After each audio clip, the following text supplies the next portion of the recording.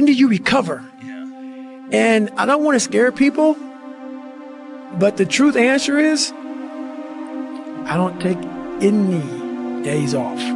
That I turn a person this fucked up into this motherfucker right here. Not off of reading a fucking book off a theorist.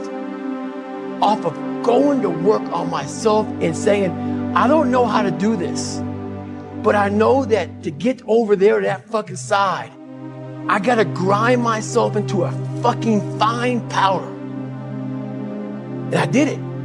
If you want to be great, you want to be the baddest motherfucker ever at what you do, you're going to be misunderstood by everybody because you're going to be so fucking obsessed and so driven to get there. That's what it takes. You have to make the decision whether you want to be a badass or whether you just want to be mediocre and everything's okay. A good painter will not just paint. He needs to create. And you can't create with phones and everything going around you. So you got to block yourself off. You only do 2 podcasts in a year. You block yourself off and you're painting this thing inside and you're going through all these different colors of paint and everything else. And you can only figure out the right painting if you spend the correct amount of time in your brain. You have to face that in that dark room. In that dark room is who you are. But in that dark room is where you have to create another human being that walks out of that dark room to face who you are. That's the only way you're gonna get over all those things. So basically, a lot of us aren't prepared for life. We get up willy-nilly and just hope life is gonna happen. It is gonna happen, but it's gonna happen with a prepared mind or an unprepared mind. Most people attack life with an unprepared mind. What I do is I try to account for all things that could happen, might happen, probably will happen, and then the unknowns. Whenever you think you can't, confidence comes from the thing that you built. You must build belief. You must build confidence. It can't be like, hey, I'm gonna knock that shit out. You gotta look over here and say, I can knock that shit out. It's belief, and it's built on what you put in to yourself. I had to miserably wake up every morning in the cold, because it was Indiana, November when it started. I was miserable. This is your new life. Take it or leave it. There's no happiness about it. There's no peace behind it. It sucks. You gotta live with that. And I lived with it for a lot of years until I sat back and said, okay, all right, I know what this takes. And when you sit back, as fucked up as I was, and I had a laundry list, a table like this of what I have to do to become just a human being, I understand that guy. I understand exactly where you're coming from. That is your personal opinion, and I totally get that. But there's very few people in this world who want to do a job like that. And it takes a different kind of mindset. Is it tear gas appropriate? I don't know.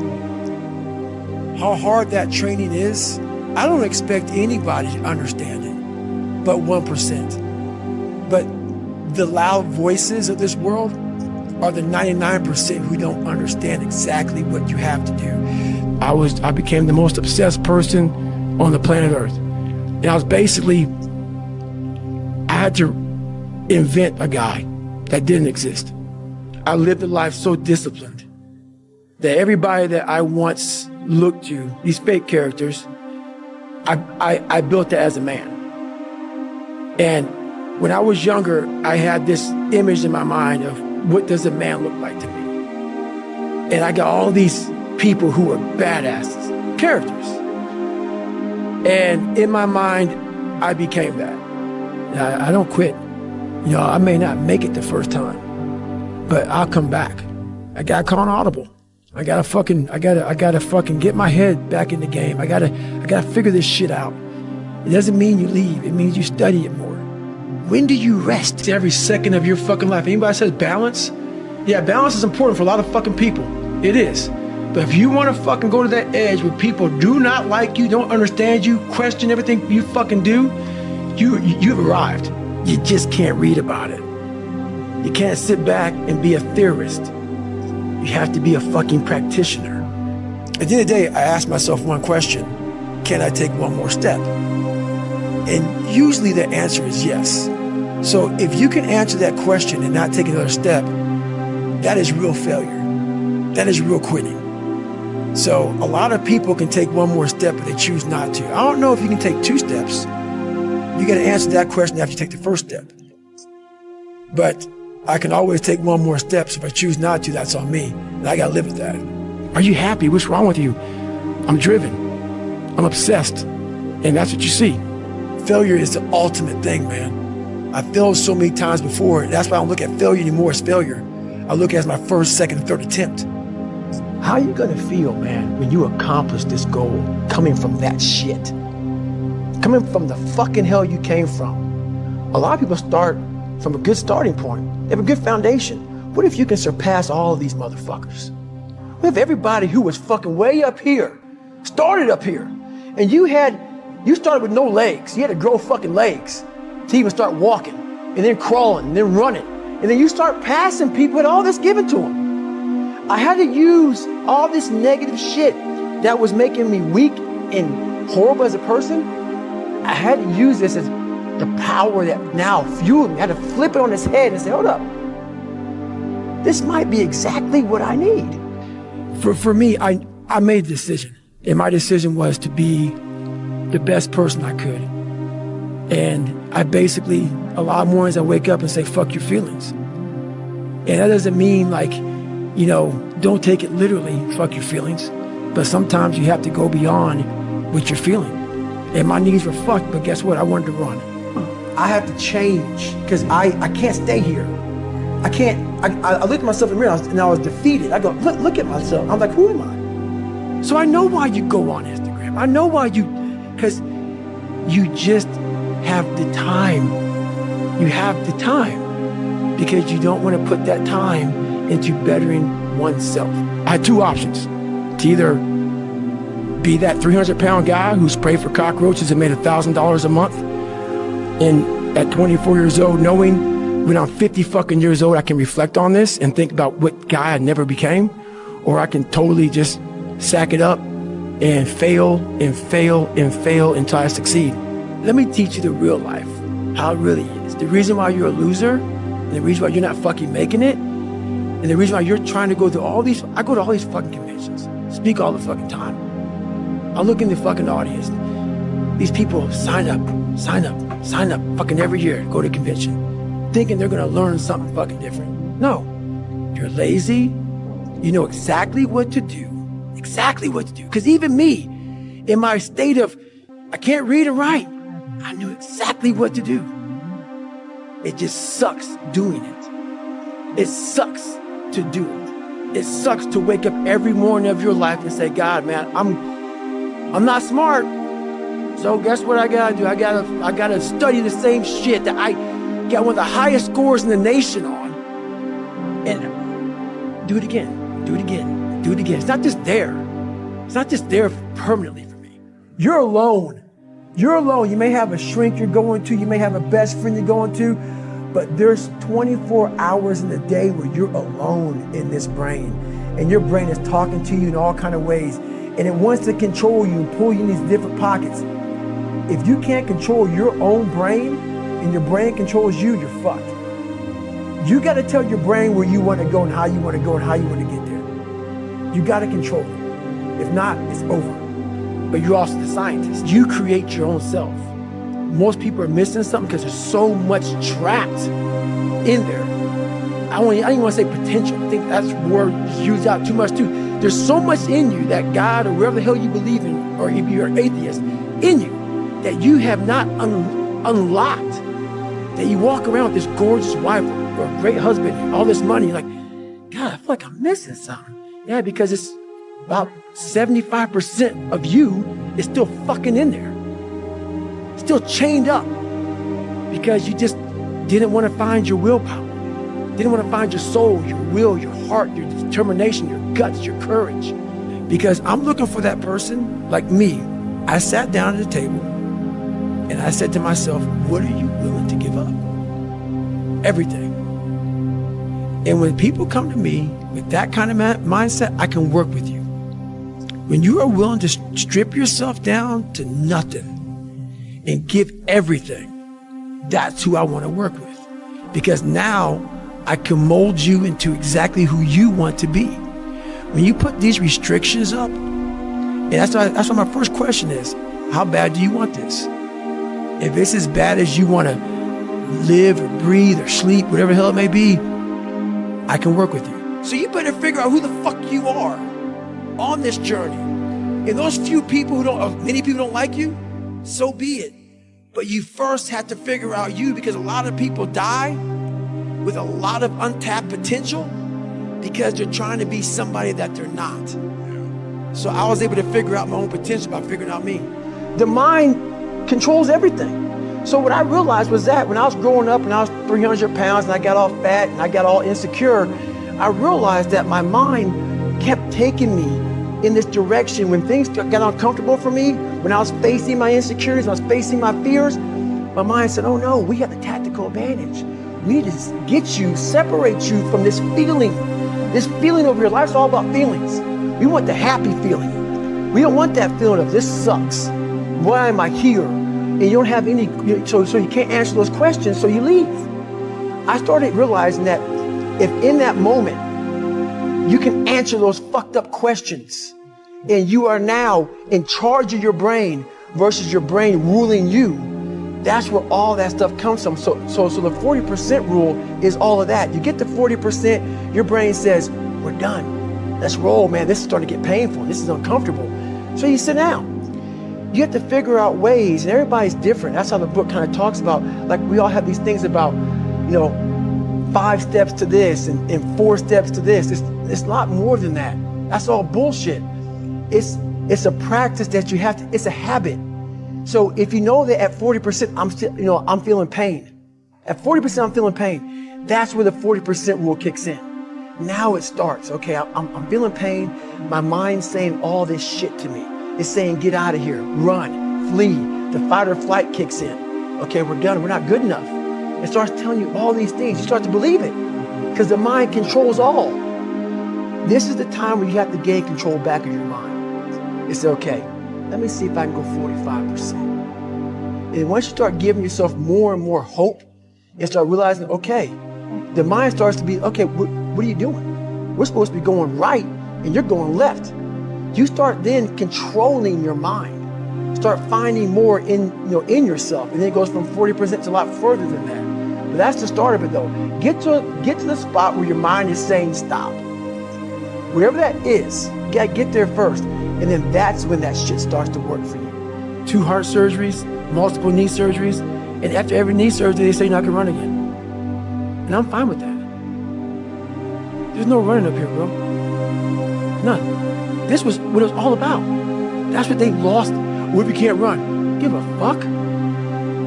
It was never about running. Why do you think I run? It's the worst thing. I hate doing it more than anything. Hence the willpower. Right. Every day I wake up, I don't just run a mile. Guess what happens? That alarm clock goes off at 4 a.m. to train. I don't want to be a SEAL today. Or I don't want to be whatever today. I'll start tomorrow. You hate me because you're probably in the bed right now. You're probably an underachiever. You're probably somebody who doesn't want to do anything with your life.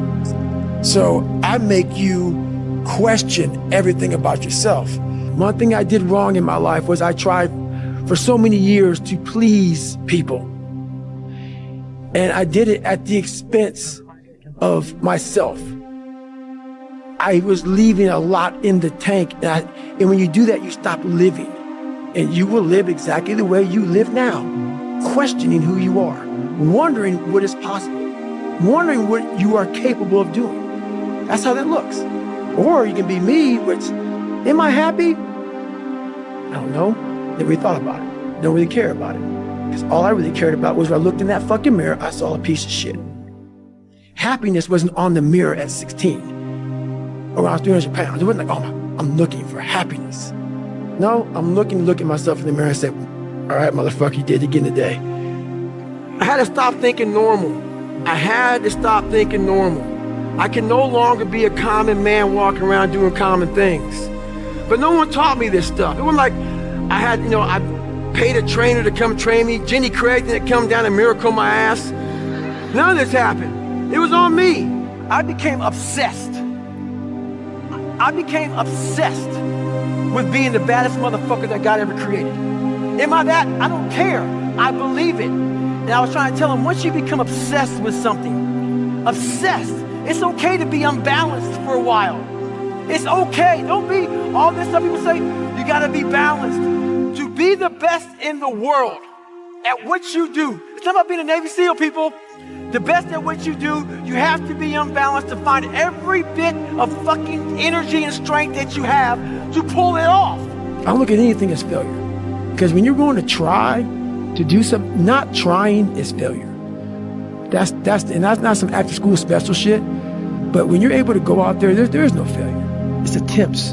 Because when you're trying to do something that's bigger than you, whatever you are, whoever you are, if you're paralyzed, you're trying to walk one step and you didn't fail, motherfucker. That was your first attempt. If that's your biggest thing, that's how your mindset needs to go into everything. So I don't look at it as failure is a big word like that gets people down and shit. We give so much power to words. I don't. No one's gonna miracle me to be somebody special. Everybody that called me nigger, my dad, my mom, all my situations were on me now. It's solely on me. In 2013, people wanted me to write my book. I did it in 2018.